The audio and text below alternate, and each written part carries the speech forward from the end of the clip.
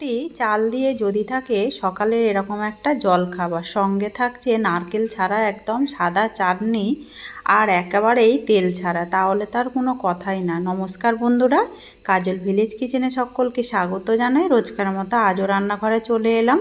আজকের রেসিপি প্রথম থেকে লাস্ট পর্যন্ত দেখতে থাকো। আজকে সকালে টিফিনের জন্য এখানে আমি 1 বাটি চাল রাতেই ভিজিয়ে রেখেছিলাম। তোমরা চাইলে এটা 2 থেকে 3 ঘন্টা ভিজিয়ে রাখলেই কিন্তু হয়ে যাবে। আমি এখানে নিয়েছি গোবিন্দভোগ চাল, আর তোমরা চাইলে এখানে ভাতের চালও নিতে পারো, অথবা তোমরা কিন্তু সুজি দিয়েও এই টিফিনটা করতে পারো। তো এখানে 1 বাটি চালকে আমি মিক্সির মধ্যে দিয়ে দেবো। খুব ভালো করে ধুয়ে পরিষ্কার করে রেখেছি, সামান্য একটু জল রয়েছে। এবারে দিয়ে দেবো আমি ওই বাটি মেপেই হাফ বাটি টক দই দিয়ে দিলাম। হাফ বাটি টক দই, এর মধ্যে কোনো রকম জল দেবার এখন দরকার নেই, যেহেতু এর মধ্যে চালটা আমাদের ভেজানোই রয়েছে। এবারে এতে একে একে কিছু উপকরণ দিয়ে দেব আমি 2টো কাঁচা লঙ্কা। এতে করে কিন্তু দারুণ একটা টিফিনের টেস্ট হবে, একটু মুখে কিন্তু বেশ ঝাল ঝাল মতো লাগবে। দিয়ে দেবো এখানে কয়েক টুকরো আদার টুকরো, আর দেব অল্প একটু চিনি, ওই হাফ চামচের মতো দেব চিনি। তোমাদের যদি চিনি বারণ থাকে তাহলে তোমরা চিনিটা বাদ দিয়েও কিন্তু এই টিফিনটা করে নিতে পারো। এবারে মিক্সির ঢাকাটা দিয়ে খুব ভালো করে এটাকে আগে বেটে নেব। খুব ভালো করে 2টো উপকরণকে আমি বেটে নিয়েছি। তো আমি আগেই বলেছিলাম এর মধ্যে কিন্তু এখন জল দেবে না, এইভাবেই কিন্তু একটা খুব সুন্দর করে বেটে নিতে হবে, যেহেতু এর মধ্যে চালটা ভেজানোই রয়েছে আর টক দইটা এমনিতে ফাটলে পরে পাতলা হয়ে যাবে। এবারে সমস্ত উপকরণটা আমি একটা পাত্রের মধ্যে ঢেলে নেব। এখানে আমি সমস্তটাই ঢেলে নিলাম। এবারে এটা দানাদার হওয়ার জন্য আমি এর মধ্যে দিয়ে দেব গোটা সুজি 1 চামচ। খুব বেশি দেবার দরকার নেই, খেতে কিন্তু বেশ দানাদার হবে। এবারে সুজিটা দিয়ে আমি এটাকে খুব ভালো করে এখন ঢাকা দিয়ে ততক্ষণে নারকেল ছাড়া একটা চাটনি করে আপনাদের সঙ্গে শেয়ার করব। চাটনি করলে খেতে ভীষণই ভালো লাগবে। চাটনি করার জন্য একটা আমি এখানে তাওয়া গরম হতে বসিয়ে দিয়েছি, তোমরা চাইলে যে কোনো পাত্র এখানে বসাতে পারো। দিয়ে দেবো এর মধ্যে অল্প একটু সামান্য তেল। এবার আমি এই তেলটা যখন গরম হবে এর মধ্যে দিয়ে দেব অল্প একটু পেঁয়াজ, আর এখানে নিয়েছি আমি 3 কোয়া মতো রসুন। তোমরা চাইলে রসুন আর পেঁয়াজটা কিন্তু বাদ দিয়েও করতে পারো। 2 টুকরো মতো দেবো এখানে আদা। এবারে সমস্ত উপকরণগুলোকে একটুখানি নাড়াচাড়া করে নেব, যাতে করে কাঁচা গন্ধটা আগে চলে যায়। যখন একটু ভাজা করে নেব কিন্তু কালার যাবে নি, তখন এখানে দিয়ে দেব আমি এখানে নিয়েছি আমি বেশ কিছুটা ছোলার ডাল, আর নিয়েছি এখানে আমি বাদাম, কাজু বাদাম, কয়েকটা কাজু বাদাম দিয়েছি। এইগুলো আমি এর মধ্যে দিয়ে দেব, আর দেবো এখানে সামান্য একটু চীনা বাদাম। সমস্ত উপকরণগুলোকেই আমি একটু নাড়াচাড়া করে নেব। তোমরা চাইলে তেলটা বাদ দিয়েও কিন্তু এমনিও এই মানে নাড়াচাড়া করে নিতে পারো শুকনো খোলায়।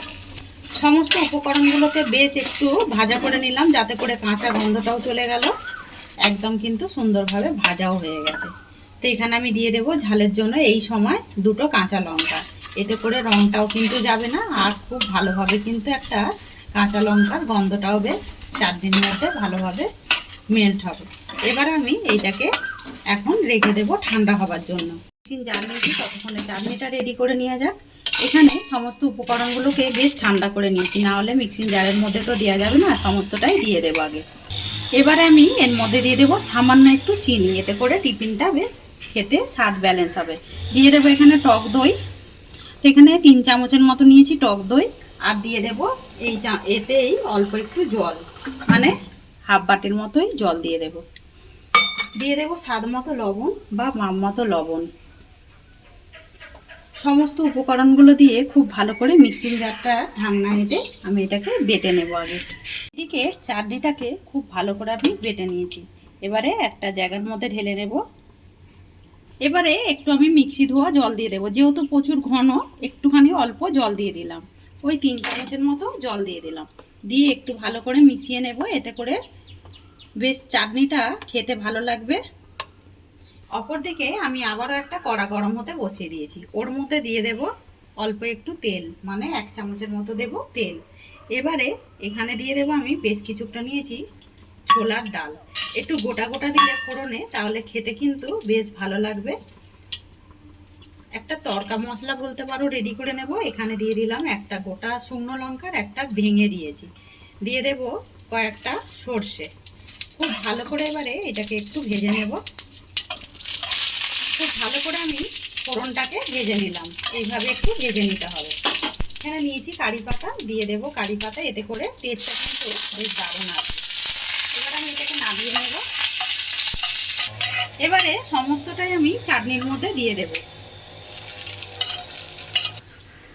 একদম নারকেল ছাড়া চাটনি এদিকে রেডি হয়ে গেল। কতটা সুন্দর দেখতে হয়েছে দেখুন। নারকেল ছাড়াও যে এতটা সুন্দর চাটনি হয়, তো একদম তোমরা চাইলে কিন্তু এখানে আমি ছোলার ডাল নিয়েছি, তোমরা চাইলে এখানে ভাজা ছোলাও কিন্তু ব্যবহার করতে পারো, ওতে করেও কিন্তু বেশ টেস্ট আসে। এবারে সমস্ত উপকরণগুলো একটু মিশিয়ে নেব। এদিকে একদম নারকেল ছাড়া সুন্দর একটা চাটনি রেডি করে ফেললাম। কতটা সুন্দর দেখতে হয়েছে দেখুন। নারকেল ছাড়াও যে এত সুন্দর একটা চাটনি হয়, সেইটা কিন্তু না দেখলেই অবাক হয়ে যাবেন। অপরদিকে আমি যেই ব্যাটারটা রেডি করেছিলাম ওইটাকে নিয়ে চলে এলাম। কতটা ঘন হয়ে গেছে দেখুন। এবারে অল্প একটু এর মধ্যে দিয়ে দেব সামান্য একটু জল। মিক্সি ধোয়া একটু জল দিয়ে দিলাম, ওই 4 চামচের মতো। খুব বেশি এর মধ্যে কিন্তু জল দেওয়া যাবে না। একদম ব্যাটারটা কিন্তু পাতলাও হবে না, অথচ ঘনও হবে না। আমি দেখিয়ে দিচ্ছি ঠিক কীরকম করতে হবে। ঠিক এরকম একটা এইভাবে ভালো করে ফেটে নিতে হবে। দেখুন কত সুন্দরভাবে এগুলো পড়ছে। ঠিক এইভাবেই একটা ব্যাটার রেডি করে নিতে হবে। এবারে এর মধ্যে কিছু উপকরণ দিয়ে দেব, যেমন দিয়ে দেব গোটা জিরে, এতে করে কিন্তু টেস্টটা দারুণ আসবে। আর এর মধ্যে দিয়ে দেব আমি একদম, যেহেতু তেল ছাড়া টিফিন করছি, 1 চামচের মতো সাদা তেল। খুব বেশি তেল দেওয়ার দরকার নেই, সামান্য একটু তেল দিলেই কিন্তু হয়ে যাবে। আর এখানে দেবো এবারে বেকিং সোডা। তোমরা চাইলে এখানে ইনো একটা ব্যবহার করতে পারো। তো আমি 1 বাটির জন্য এখানে 1/2 চামচের থেকেও অল্প একটু দিয়ে দিলাম সোডা। অল্প একটু সোডার মধ্যে জল দিয়ে দেব। সামান্য একটু জল দিয়ে খুব ভালো করে সমস্ত উপকরণগুলোকে একটু ফেটে নেব। স্বাদ মতো লবণ দিয়ে দিলাম, স্বাদ মতো লবণ দিয়ে সমস্ত উপকরণগুলো খুব ভালোভাবে একটু এবারে ফেটে নিতে হবে।